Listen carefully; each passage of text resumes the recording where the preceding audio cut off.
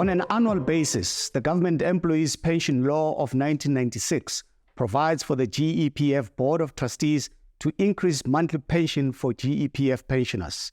The law sets out what the GEPF Board of Trustees must take into consideration in making this decision.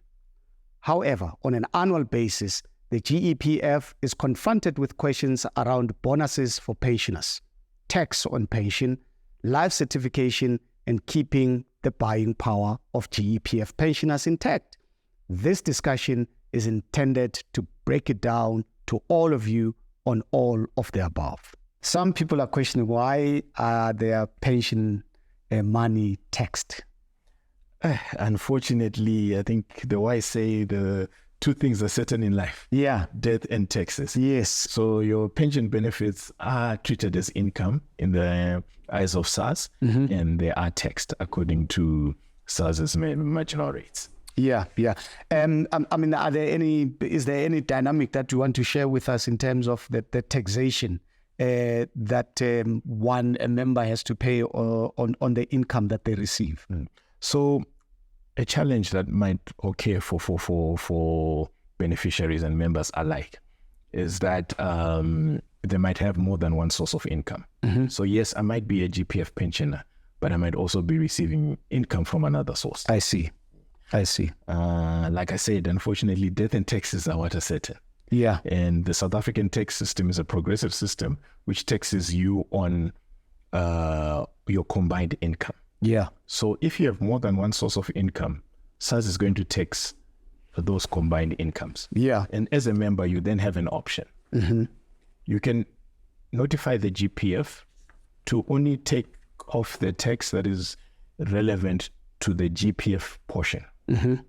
Or if you do not want to face the admin of having to do a tax return at the end of the year and or SARS a tax debt which you pay as a lump sum at the end of the year, you can notify GPFs that I'm happy for you to use a higher tax rate based on my combined income.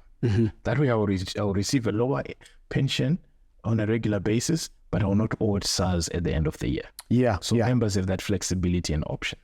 Is it possible though for GEPF to allow a member to be taxed more? If a member says to you, can you tax me more so as to cushion for an eventuality where somebody has to pay a higher amount at a later stage? Yes, it is possible, although that is not the default.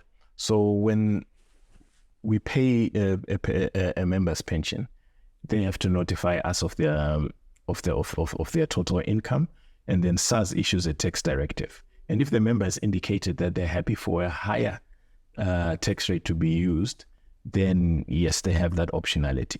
And what it does is that it reduces the chances of them owing a tax liability at the end of the year. However, that is not the default. The default is we pay members we tax them based on what they're getting as the GPF pension. Then the onus is on the member when they do the tax returns to then pay off whatever is still due to SARS, if there's anything. So, Brian, most members complain about what they call a double whammy. While I'm working, I'm being taxed, and post my working life, I'm still being taxed. They find it unfair. Let's look at it more closely. What actually happens when you're working and contributing to your pension fund? So yes, as you're working and earning a salary, that salary is going to be taxed according to your marginal rates. However, if you're contributing to a pension fund like the GPF, you're actually not going to be taxed on the contributions. And that becomes a delayed tax benefit in that before SARS taxes you, they're going to deduct what you are contributing to the GPF or to your pension fund. And in that way, you're actually reducing the amount that is taxable. So you're taxed on your income after your contributions. Now, when you're now in retirement, you're receiving a pension benefit. Remember, you contributed something that was not taxed. And now it's going to be taxed at a later stage. And usually your pension is going to be something lower than the salaries that you are receiving. So you're going to be taxed at a lower rate. So you're actually benefiting, and we call that a deferred tax benefit. What about spouses? Because they're also complaining that while they are working, they are receiving benefits from their departed partner, and their tax bracket becomes much higher. Yes, that is correct, and it was actually a particular thorn for most members in the previous financial year. So what happened was that there was a change in the law, in the tax laws, where SARS was now, or SARS was requiring pension fund administrators to deduct tax based on all the incomes that you were getting. So if you were earning a salary and were earning and also receiving a pension from your deceased spouse benefits, when the pension was being paid over to you, SARS was looking at your combined income and reducing the appropriate amount of tax to take account of that. However, we did then negotiate with SARS to give members the option to choose either to continue to pay tax at a lower rate and then stand the risk of having a tax debt at the end of the financial year and having to pay over SARS a lump sum, or if they were in agreement, they would be taxed at that higher rate based on those combined incomes and then not all SARS at the end of the financial year.